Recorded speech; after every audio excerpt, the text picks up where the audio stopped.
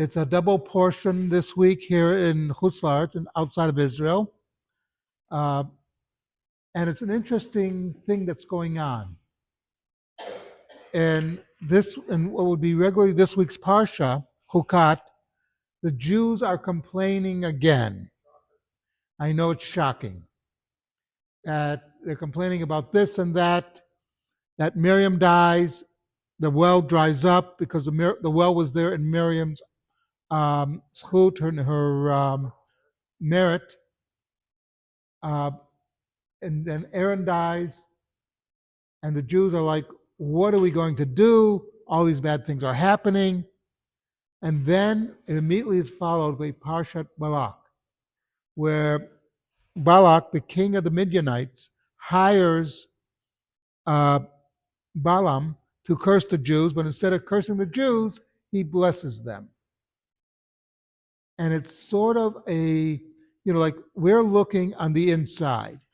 We see all the problems on the inside. That we have these problems, this and that. We don't see what the rest of the world sees in us. What Balaam saw was something phenomenal. That it seems the Jews are able to get along. They're not fighting. This is what it looks like from the outside. It looks like the Jews are united. And so like Balaam blesses us because this is what he sees. It's a good lesson that sometimes we have to take a step back and see how the rest of the world sees us.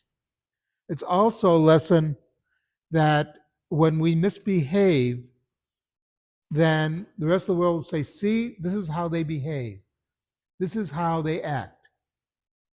There's a lot of halachot, a lot of Jewish law that might not apply to non-Jews, but because the non-Jewish world will look at us and say, this is how you behave, that'll have a negative effect on us. So we have to be very careful how we behave, both internally, that we don't get into stupid fights like last week we had Korach and his group. This week we have them complaining about the lack of water, and Moses goes and hits the rock when he should have just spoken to it. And by the way, according to the Muslims, that rock is in Jordan, and I've been to where they say the rock is. Okay? But that's a separate issue. I got to hit that same rock, so I don't know what that means. But all joking aside, that Moses messes up on something very minor that nobody else would have noticed except for God. But what the important thing is for us is, as bad as we're looking at it and we see the problems we have internally, what we don't see is what Balaam saw. And what Balaam saw was a totally different picture. So